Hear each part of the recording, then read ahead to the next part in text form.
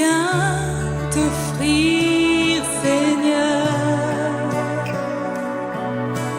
ce que j'ai de meilleur. Je viens t'offrir ma vie. Oui, à toi, Jésus-Christ.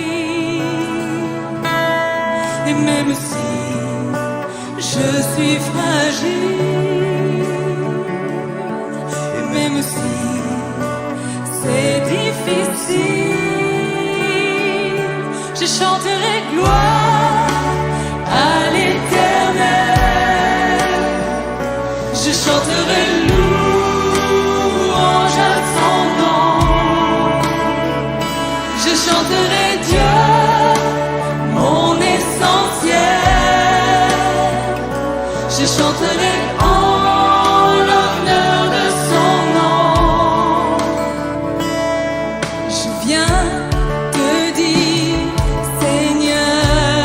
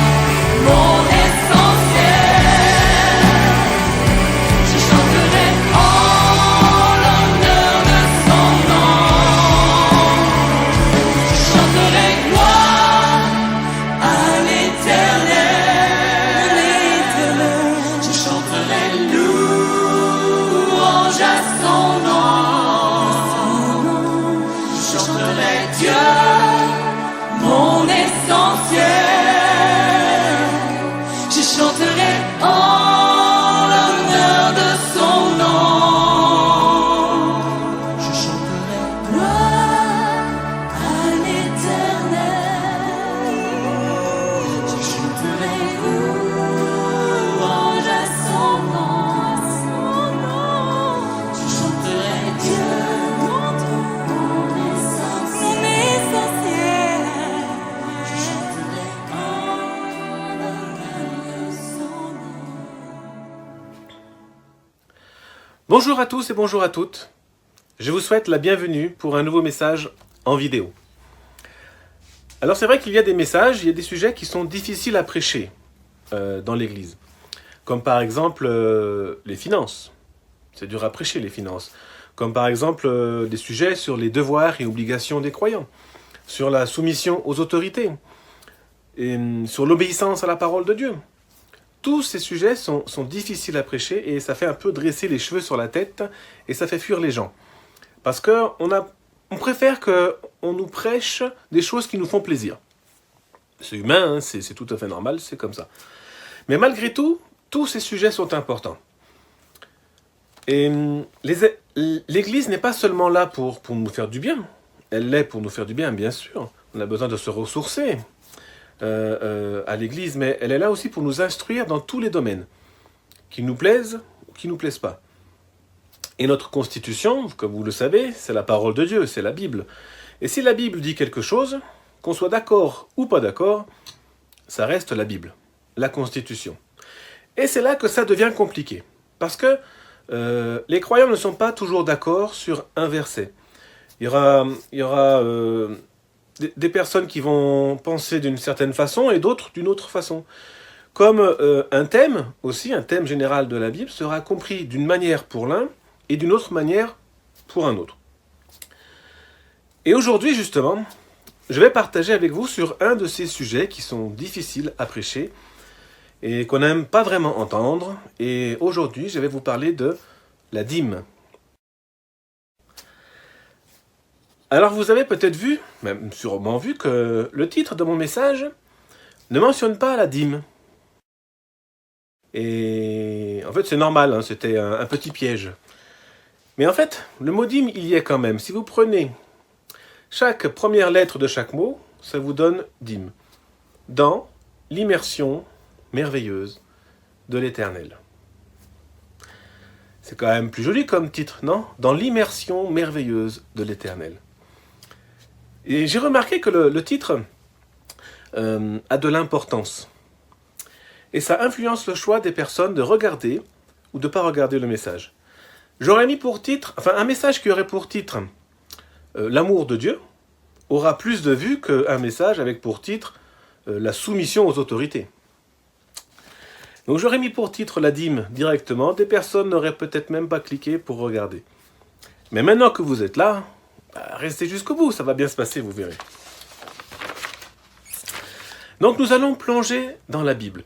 Nous allons plonger dans la parole de Dieu pour nous faire une idée plus précise, plus générale de ce qu'est la dîme. Et nous allons nous laisser transporter depuis le commencement jusqu'à aujourd'hui à travers les versets bibliques. Alors vous êtes prêts à plonger avec moi dans l'immersion merveilleuse de l'Éternel? Amen. Alors priez avec moi pour remettre ce temps.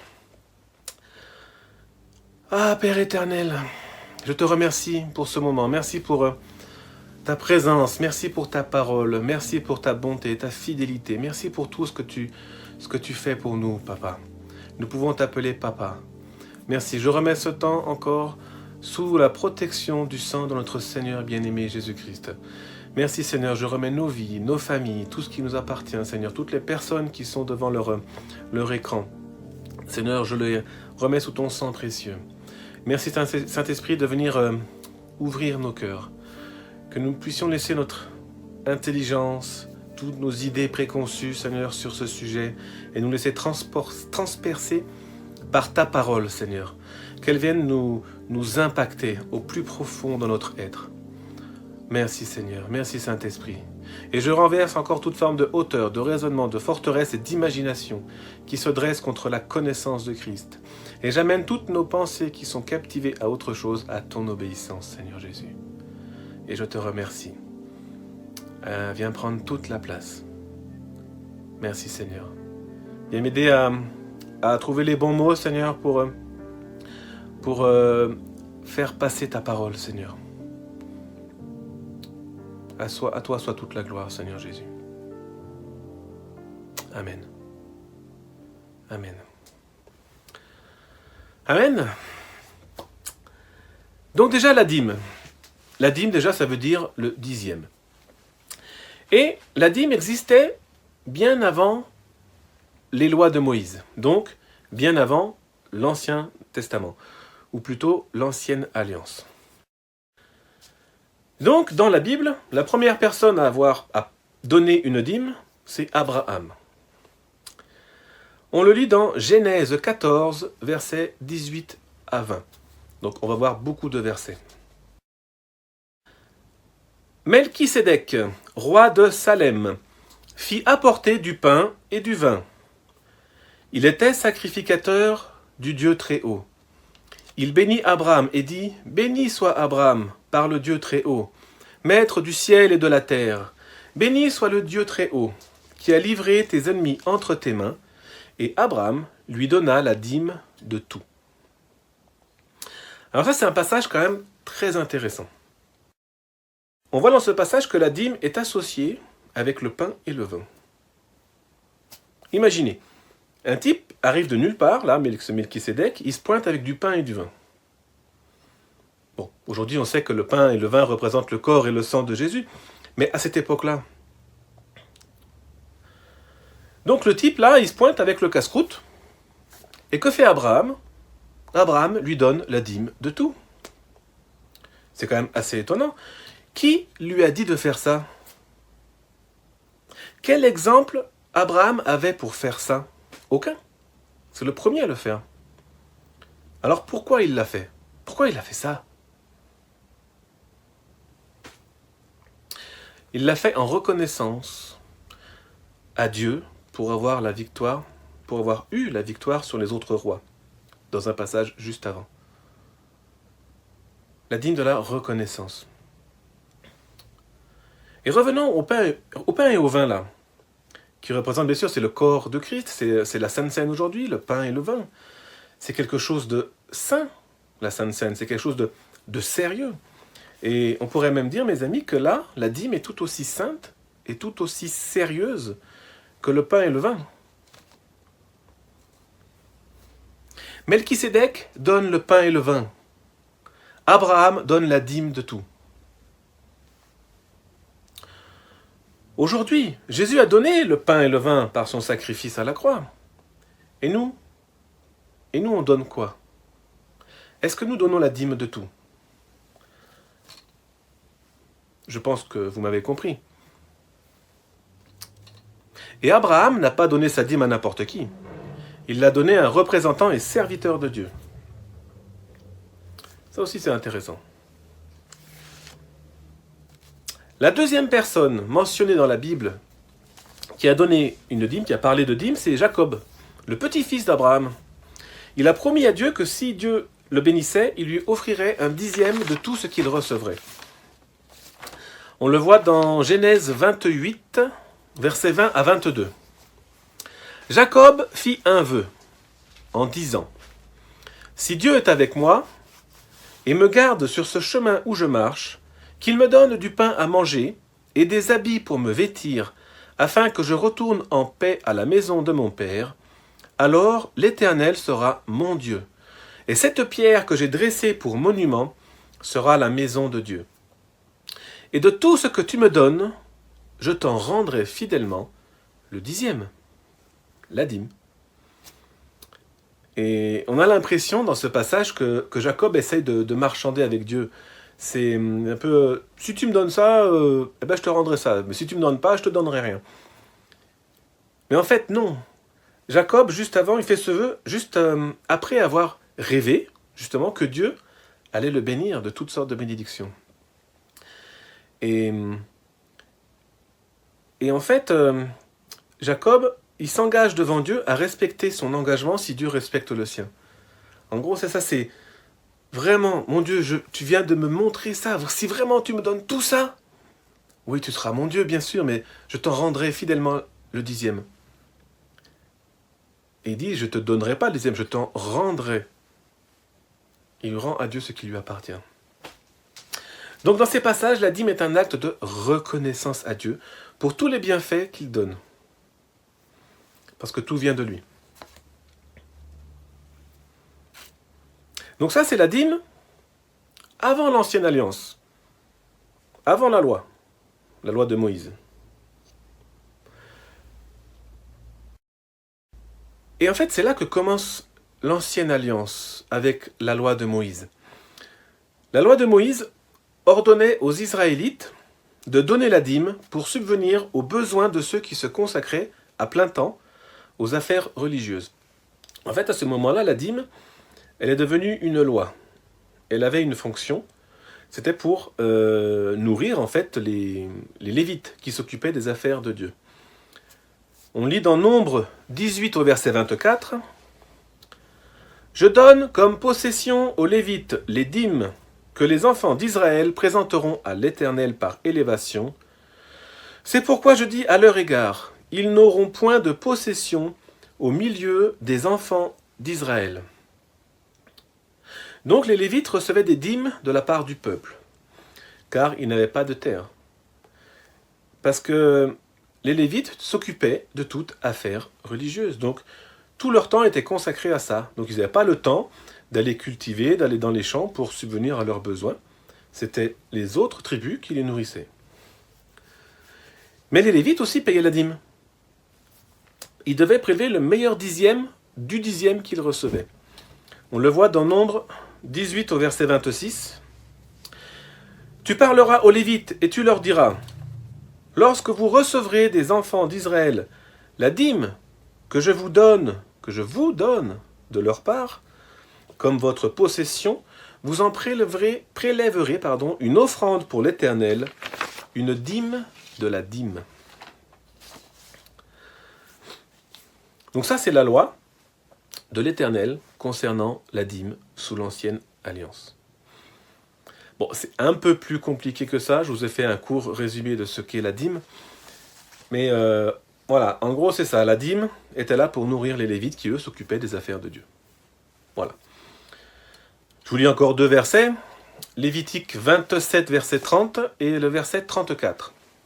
« Toute dîme de la terre, soit des récoltes de la terre, soit du fruit des arbres, appartient à l'Éternel.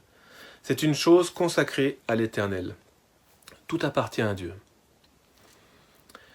Et verset 34.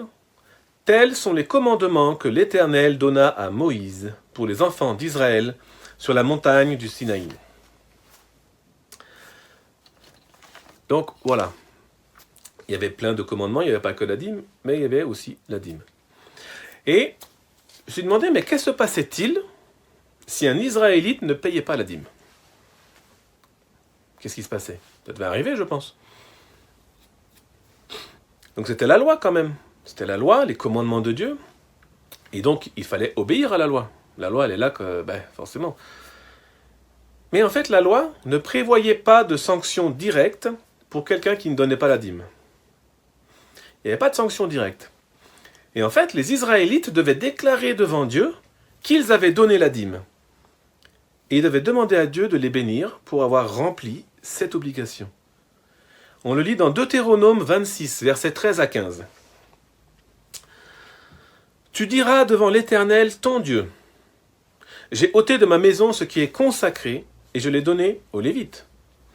Je l'ai donné aussi à l'étranger, à l'orphelin et à la veuve, selon tous les ordres que tu m'as prescrits. Je n'ai transgressé ni oublié aucun de tes commandements. Je n'ai rien mangé de ces choses pendant mon deuil. Je n'en ai rien fait disparaître pour un usage impur, et je n'en ai rien donné à l'occasion d'un mort. J'ai obéi à la voix de l'Éternel, mon Dieu. J'ai agi selon tous les ordres que tu m'as prescrits.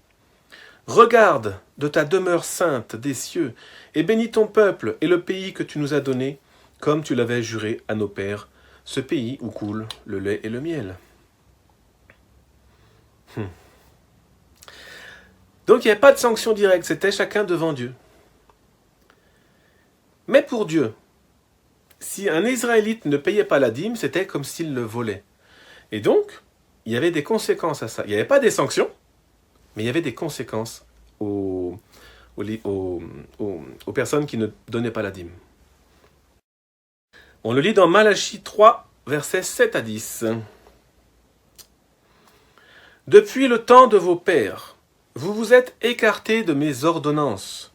Vous ne les avez point observées. Revenez à moi, et je reviendrai à vous, dit l'Éternel des armées. Et vous dites, en quoi devons-nous revenir ? Un homme trompe-t-il Dieu ? Car vous me trompez. Et vous dites, en quoi t'avons-nous trompé ? Eh bien, je vous le dis, dans les dîmes et les offrandes. Vous êtes frappés par la malédiction, et vous me trompez, toute la nation. Apportez à la maison du trésor toutes les dîmes, afin qu'il y ait de la nourriture dans ma maison. Mettez-moi de la sorte à l'épreuve, dit l'Éternel des armées, et vous verrez si je n'ouvre pas pour vous les écluses des cieux, si je ne répands pas sur vous la bénédiction en abondance. Waouh! Et effectivement, quand on lit le texte, quand les Israélites ne payaient pas la dîme, la nation allait mal, car ils se mettaient eux-mêmes sous la malédiction. Et c'est ça les conséquences du non-respect de la dîme. C'est que ça amenait sur eux les malédictions. Et du coup, le peuple, il ne pouvait plus compter sur les Lévites, là. Il se disait, mais mince, vite, les Lévites, ils vont nous aider à adorer Dieu. Non, mais les Lévites, ils ne sont plus là. Les Lévites, ils sont partis travailler pour aller subvenir à leurs besoins. Et oui, parce qu'il n'y avait plus de dîmes qui étaient versées. Donc, ils n'avaient plus rien à manger. Donc, ils ont délaissé les affaires de Dieu pour subvenir à leurs besoins. On lit dans Néhémie 13, verset 10. « J'appris aussi que les portions des Lévites ne leur avaient point été données, et que les Lévites chargés du service étaient partis chacun vers son champ. » Ça veut bien dire que les Lévites étaient partis travailler. Donc mes amis, on ne se moque pas de Dieu. On ne vole pas Dieu, sans avoir, pas des sanctions, mais des conséquences en retour. On ne vole pas le roi. Tout ça, c'est pour le roi. Ça, c'est pour moi. Ça, c'est pour moi. Ça, c'est pour moi. Ça, c'est pour moi. Voleur, mais non pas voleur. C'est pour sa lutte, voilà. Cela fait un petit moment que je vous avais pas fait le coup de Funès. Hein. Voilà, bon. Ça, c'était pour vous détendre avant de continuer. Ça va ? On continue. Maintenant, on va faire un bond en avant jusqu'à la période de Jésus. Donc, quand Jésus était sur terre, les Israélites donnaient encore la dîme. Oui, parce qu'à ce moment-là, quand Jésus est sur terre, on est toujours dans l'ancienne alliance. Et Jésus n'a jamais remis en cause leur obligation de donner la dîme. Et en fait, il remet juste en cause le fait qu'ils sont tellement stricts avec ça qu'ils me laissent de côté ce qui est le plus important, notamment la justice, la miséricorde et la fidélité.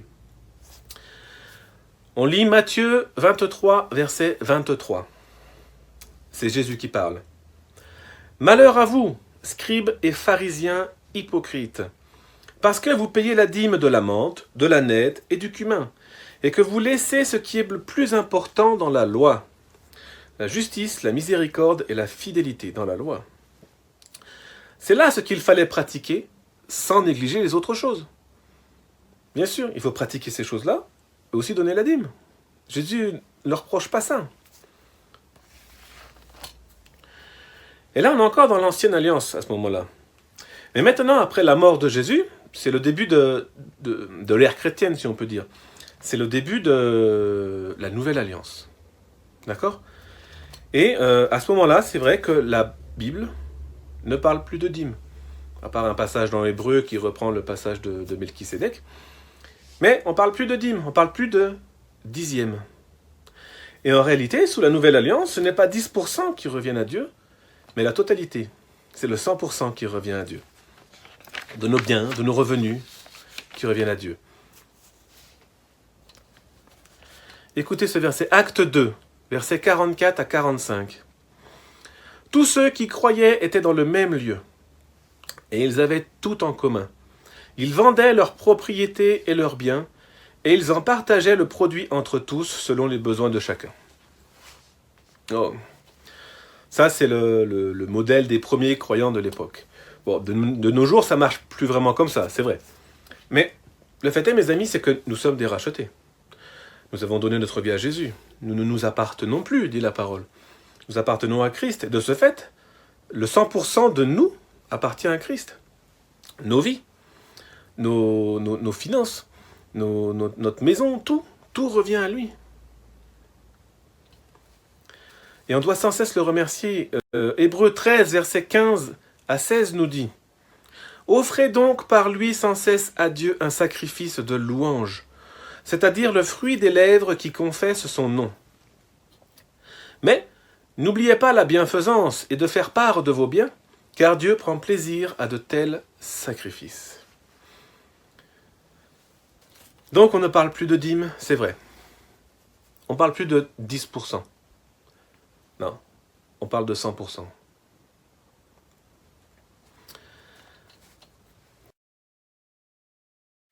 Et regardez, écoutez ce que dit Paul dans ce verset.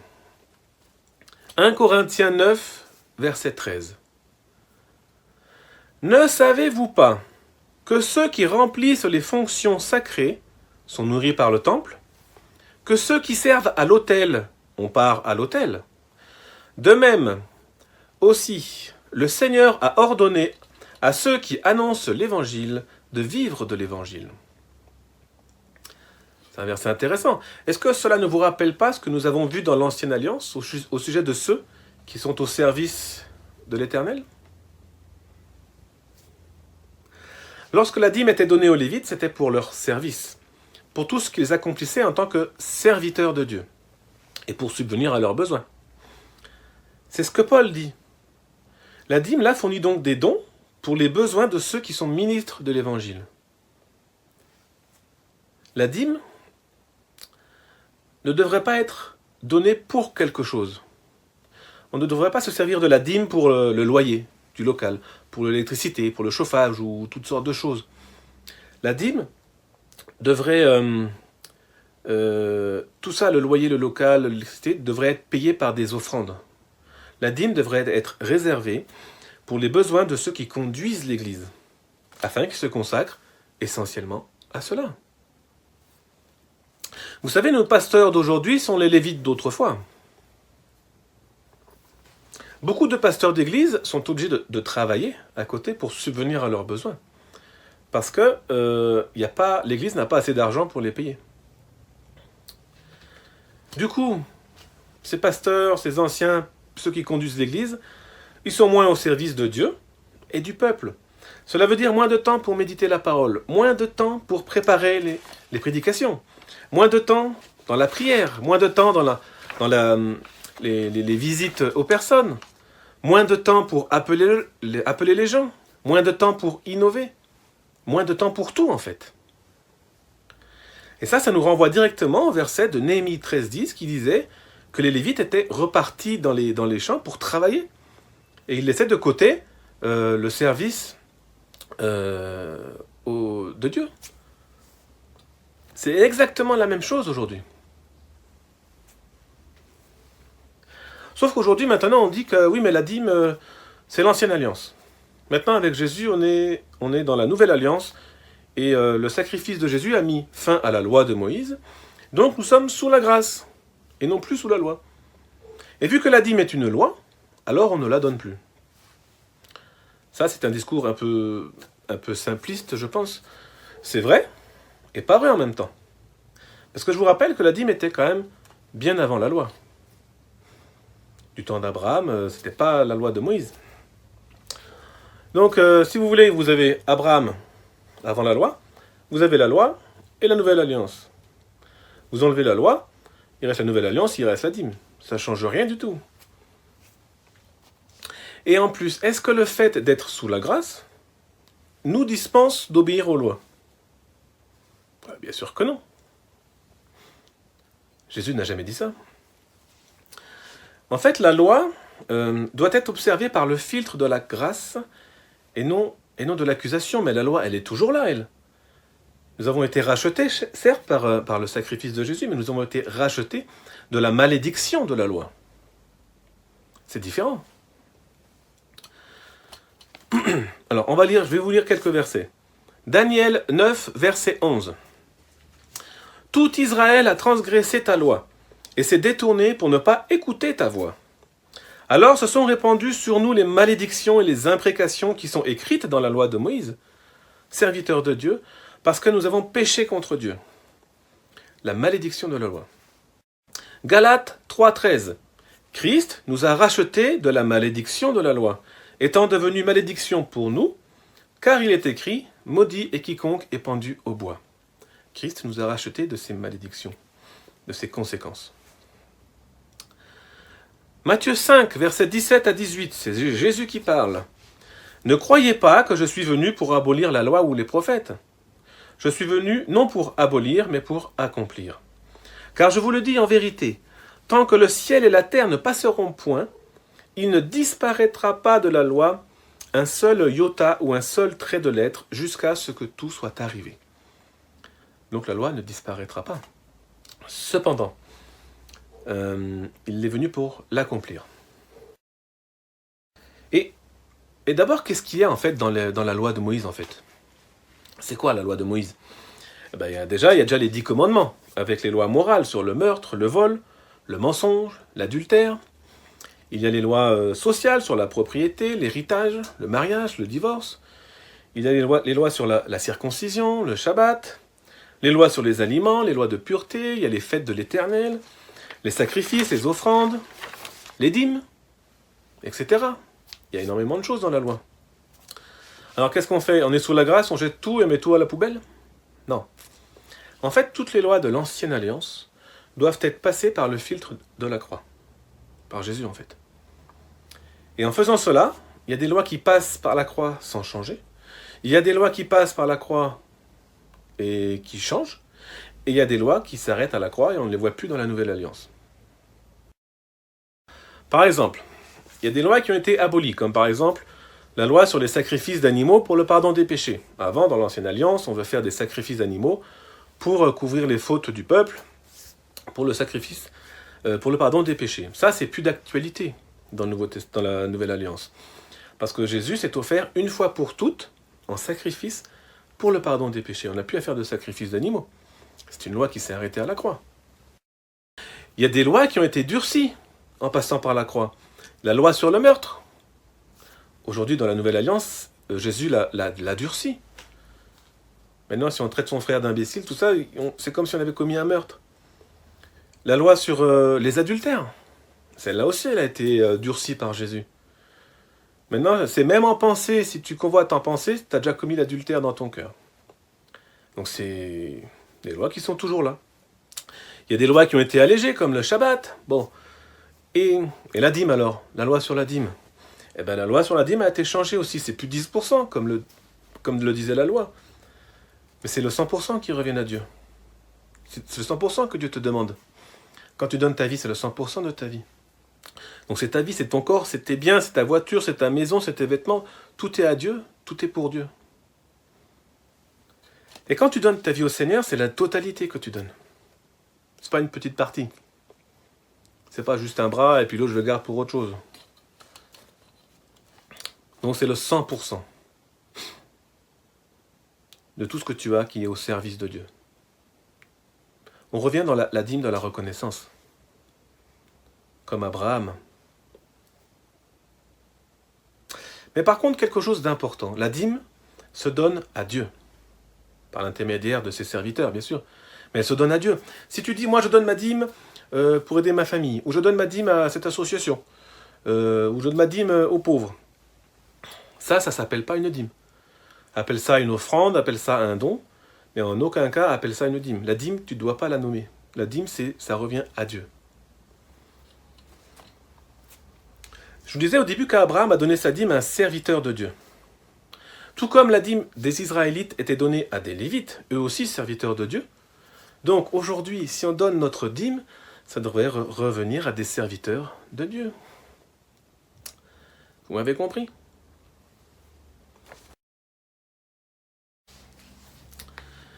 Merci Jésus.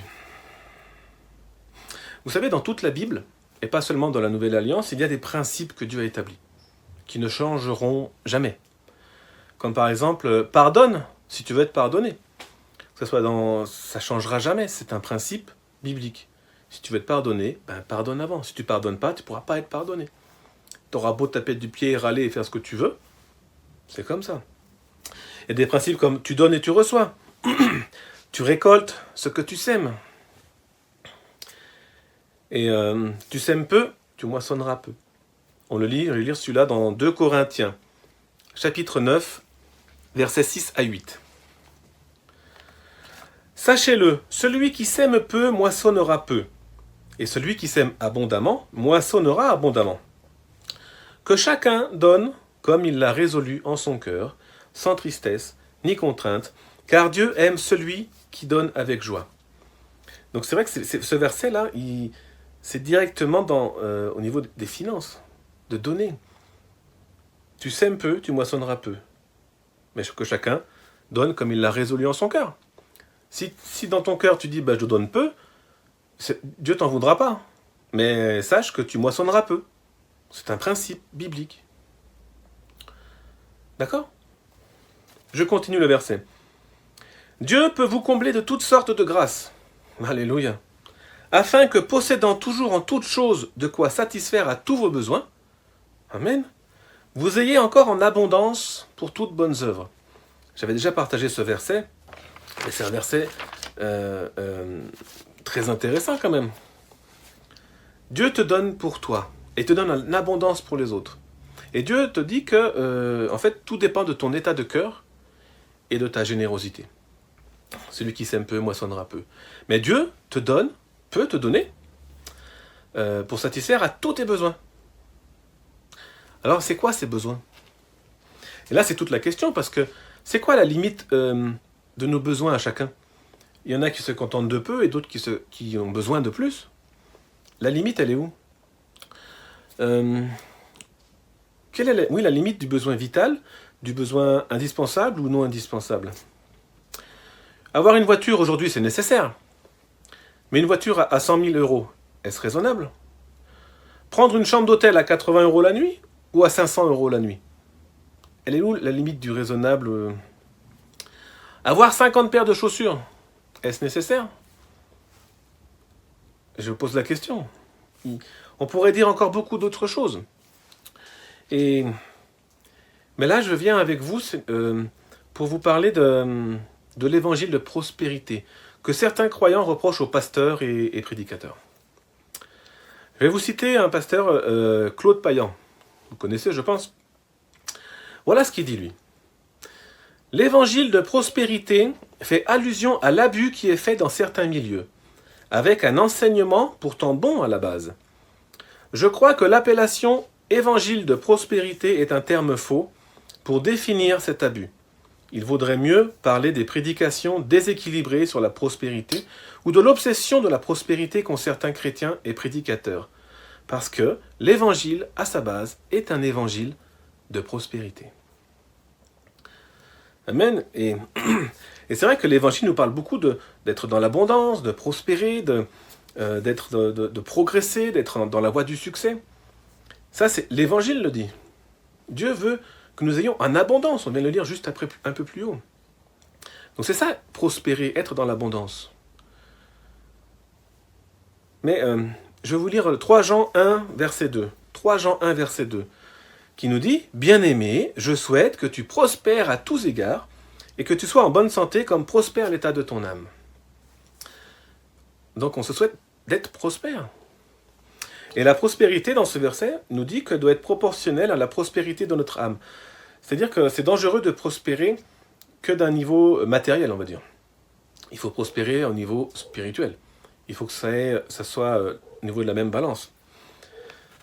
Et c'est pour ça qu'il ne faut pas mettre tous ceux qui prêchent que Dieu veut nous faire prospérer dans le même sac. Il y a eu des abus, c'est clair. Mais ce message-là, s'il reste équilibré, il est biblique. il est entièrement biblique. Donc être riche n'est pas un péché. Prospérer n'est pas un péché. La vraie question c'est, qu'est-ce que tu fais de tout ce que Dieu te donne?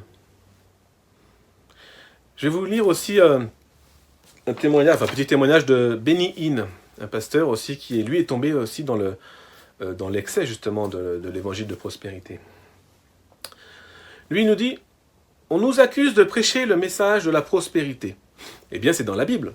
Mais je pense que nous sommes allés dans les extrêmes avec cela malheureusement. Ce qui est enseigné n'est plus la parole de Dieu. Et je crois que je suis autant coupable que d'autres. Parfois, vous allez plus loin que ce qui est nécessaire et Dieu vous ramène à la réalité. Cet homme s'est repenti. Il est allé trop loin dans la mauvaise prospérité. Il a fait acte de repentance d'être tombé dans l'amour de l'argent. Et c'est vrai que la Bible nous avertit beaucoup de ne pas tomber dans l'amour de l'argent.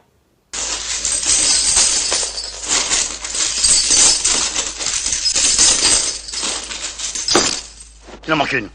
Ah, petit coup de funeste encore, bon. Et la Bible, je vais vous citer des versets. Et 1 Timothée 6, verset 10. L'amour de l'argent est la racine de tous les maux. Et quelques-uns, en étant possédés, se sont égarés loin de la foi, et se sont jetés eux-mêmes dans bien des tourments. Hébreux 13, verset 5. Que votre conduite ne soit pas guidée par l'amour de l'argent. Contentez-vous de ce que vous avez. En effet, Dieu lui-même a dit, « Je ne te délaisserai pas et je ne t'abandonnerai pas. » Ecclésiaste 5, verset 9. Celui qui aime l'argent n'en sera jamais rassasié, et celui qui aime les richesses n'en profitera pas. Luc 12, verset 15. Gardez-vous avec soin de toute soif de posséder, car la vie d'un homme ne dépend pas de ses biens, même s'il est dans l'abondance. C'est pas être dans l'abondance, c'est pas une mauvaise chose en soi. Mais qu'est-ce que tu fais de tout ça? C'est pas pour le posséder pour nous. L'amour de l'argent nous fait perdre la tête, mes amis. Et la Bible nous avertit vraiment avec insistance sur ce sujet. Mais c'est pas pour autant qu'il faut vivre dans la misère. Ça aussi, c'est non biblique. C'est pas parce que tu fais vœu de pauvreté que le Seigneur va t'aimer encore plus. C'est anti-biblique. Et il y a même des gens qui pensent que le pasteur doit être pauvre. Ou alors qu'il faudrait qu'il soit moins riche qu'eux, en fait. Et je vais vous raconter une histoire, et je vais finir avec ça. Je vais vous raconter cette histoire. Il y avait un homme, un pasteur, qui était quelqu'un de très humble, toujours prêt à servir. Cet homme était souvent méprisé et moqué. À cause de quoi, je ne saurais le dire. Mais lui restait le même. Un jour, à plus de 70 ans, cet homme s'est fait plaisir. Il s'est offert une voiture, une sportive, une Jaguar, une vieille, presque une collection. Cependant, elle ne coûtait guère plus qu'une voiture neuve de nos jours. J'étais content pour lui, car enfin il se faisait plaisir, et pour une fois, il passait avant les autres. Et là, j'ai entendu une phrase d'une personne, membre de l'Église, qui a lancé « Voilà où passe notre argent ». J'étais choqué et indigné d'une telle parole envers quelqu'un qui s'est toujours fait passer après les autres, et qui a servi le Seigneur Jésus en bon et fidèle serviteur jusqu'à sa mort. En effet, cet homme est mort quelques années plus tard, mais je ne l'oublierai jamais, car il m'a énormément appris par son comportement et attitude. Il avait compris que la récompense vient de Dieu et non des hommes. Il vaut mieux plaire à Dieu, peu importe ce que les gens pensent de toi. C'était un grand homme au service de son Seigneur. Amen. Alors mes amis, donner sa dîme ou ne pas donner sa dîme, telle est la question. Moi aujourd'hui je dirais plutôt rendre à Dieu ce qui lui revient. En tout cas, chacun se mettra devant Dieu pour cela, comme au temps sous la loi de Moïse, quand il devait se mettre devant Dieu et dire, voilà, j'ai tenu mes obligations, Seigneur. Maintenant, bénis-moi. Comme Jacob qui disait, si tu me donnes tout ça, mon Dieu, mais oui, je te rendrai le 10e. On peut dire la même chose, nous. Jésus, il a apporté le pain et le vin. À nous d'apporter notre dîme.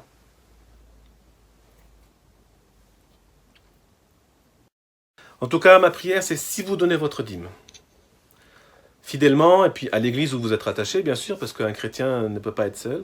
Un chrétien est toujours rattaché à une église. Donc que Dieu vous bénisse pour votre engagement, pour votre reconnaissance et votre confiance envers Dieu.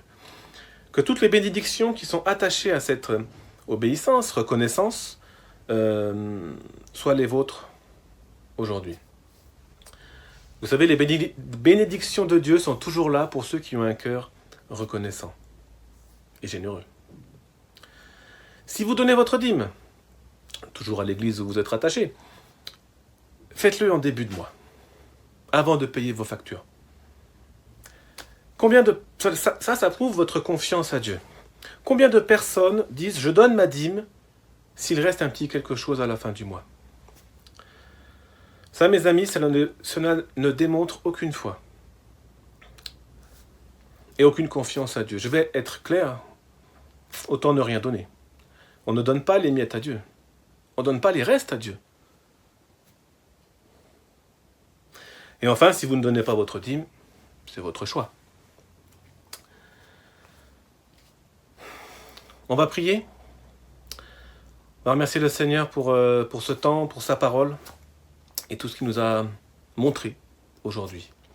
Donc merci Papa, merci Père, merci pour ta présence, ta sainte présence, merci pour ta parole qui a été proclamée, Seigneur, encore ce matin. Je te remercie qu'elle touche les cœurs à chacun, Seigneur. Je te rends grâce de m'avoir guidé, Seigneur, dans ce message et que toute gloire te revienne, Seigneur. Nous voulons avoir un cœur reconnaissant. Reconnaissant pour toi, mon Dieu, qui nous a envoyé ton Fils unique mourir à la croix pour nous sauver, pour nous pardonner, pour nous laver. Et merci, Seigneur Jésus, parce que tu as été obéissant jusqu'à la mort. Tu t'es livré pour nous. Tu as donné ton corps et tu as versé ton sang. Tu as apporté le pain et le vin pour nous, Seigneur.